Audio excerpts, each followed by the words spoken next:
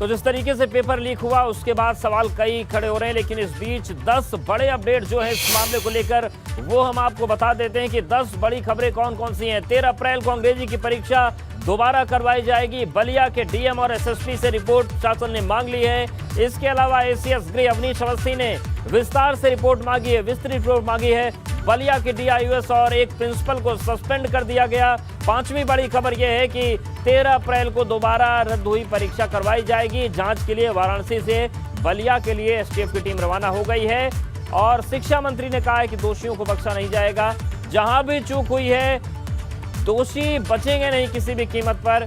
DM SSP जांच कर रहे हैं, एसीएस शिक्षा आराधना शुक्ला ने कहा और सीएम योगी ने निर्देश दिए हैं दोषियों पर एनएसए लगाने के।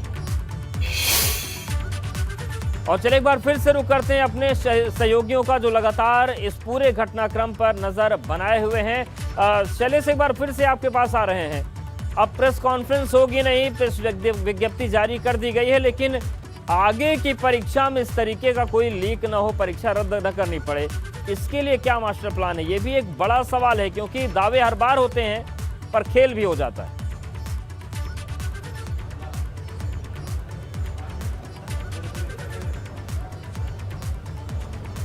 चले सुन पा रहे हैं क्या?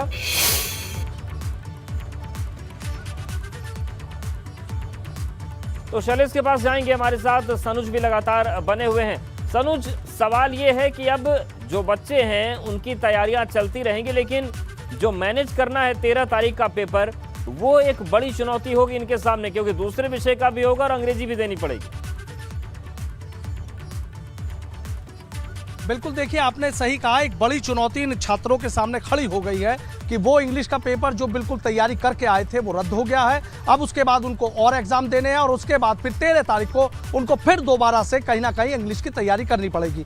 अब हमें एक बात और समझनी पड़ेगी कि देखिए तमाम दावे किए जाएं, तमाम वादे किए जाएं, लेकिन जो नकल माफिया हैं, शिक्षा माफिया हैं, उनका जो गिरोह है वो इस तरीके से काम करता है कि चाहे किसी भी एग्जाम की बात करो, ज्यादातर एग्जाम में वो पेपर आउट करा लेते हैं। अभी कुछ दिन पहले की मैं बात आपको बता देता हूं, कुछ महीने पहले की, कि आपने देखा कि टीईटी का जो एग्जाम है उसका पेपर लीक हो गया था, उसके बाद उस एग्जाम को रद्द कर दिया गया और तमाम चीजें निकलकर ये सामने आई कि जब एसटीएफ ने जांच करी तो शामली, बागपत और अलीगढ़, यहां पूरा एक नेटवर्क ऐसा काम कर रहा था कि जिसको पूरा एक बड़ा शिक्षा माफिया मिलकर उसको चला रहा था और उसी ने पूरा पेपर लीक कराया था।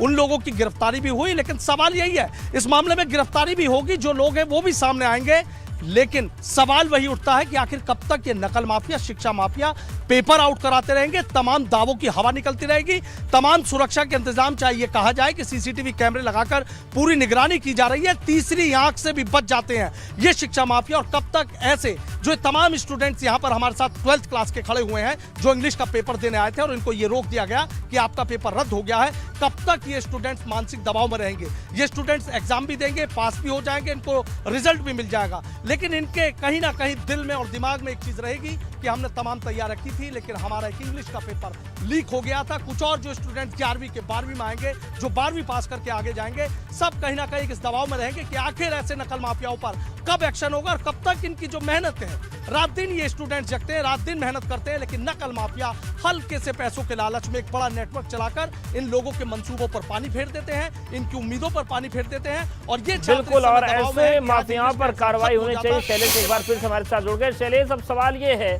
कि अगले जो पेपर बचे हैं वो लीक ना होने पाए, और जो बार बार नकल माफिया का जिक्र होता है, ये समूल नाश इनका कब होगा? हो भी पाएगा कि नहीं होगा? देखिए, जहां तक बात है बाकी बचे हुए पेपर्स की, तो उसको लेकर जो सचिव हैं दिव्यकांत शुक्ला, उनकी तरफ से निर्देश दे दिए गए हैं कि एक नए सिरे से एडवाइजरी जो है वो जारी की जाए परीक्षाओं को लेकर, यानी जो पेपर होता है परीक्षा केंद्र पर होता है उसको खोलने को लेकर कि किस तरह से उसे खुलवाया जाए, निगरानी कितनी बढ़ा दी जाए पेपर के खुलने को लेकर, जहाँ पर पेपर रखे जाते हैं वहाँ की निगरानी को लेकर। तो इन चीज़ों को लेकर नए सिरे से एक एडवाइजरी तैयार की जा रही है, जिससे आगे की जो परीक्षाएं उनमें इस तरह की गड़बड़ी सामने ना होने पाए। दूसरी चीज़, जो अगर बात करें नकल माफियाओं की, तो देखिए ये कोई पहला मामला नहीं है जब पेपर लीक हुआ, इससे पहले भी हुए, सख्ती बढ़ी है निश्चित रूप से, उसका असर भी दिखा, लेकिन अभी भी अगर लूप होल रह गए हैं तो कहीं ना कहीं ऐसे नकल माफिया हैं जिनके हौसले अभी बुलंद हैं। और सबसे बड़ी बात क्या इसके पीछे जो पूरा एक कह सकते हैं गैंग काम करता है उसकी जड़ें कितनी मजबूत हैं, क्योंकि जब सिक्योरिटी इतनी ज़्यादा हो तो उसमें कोई ऐसा वैसा इंसान अगर कोई कहे कि बहुत कोई हल्का फुल्का इंसान हो वो पेपर लीक करा दे तो ये संभव नहीं है। बिल्कुल ये संभव नहीं है। लगातार निगाहें बनी है, शैलेश हमारे साथ लगातार जुड़े हैं।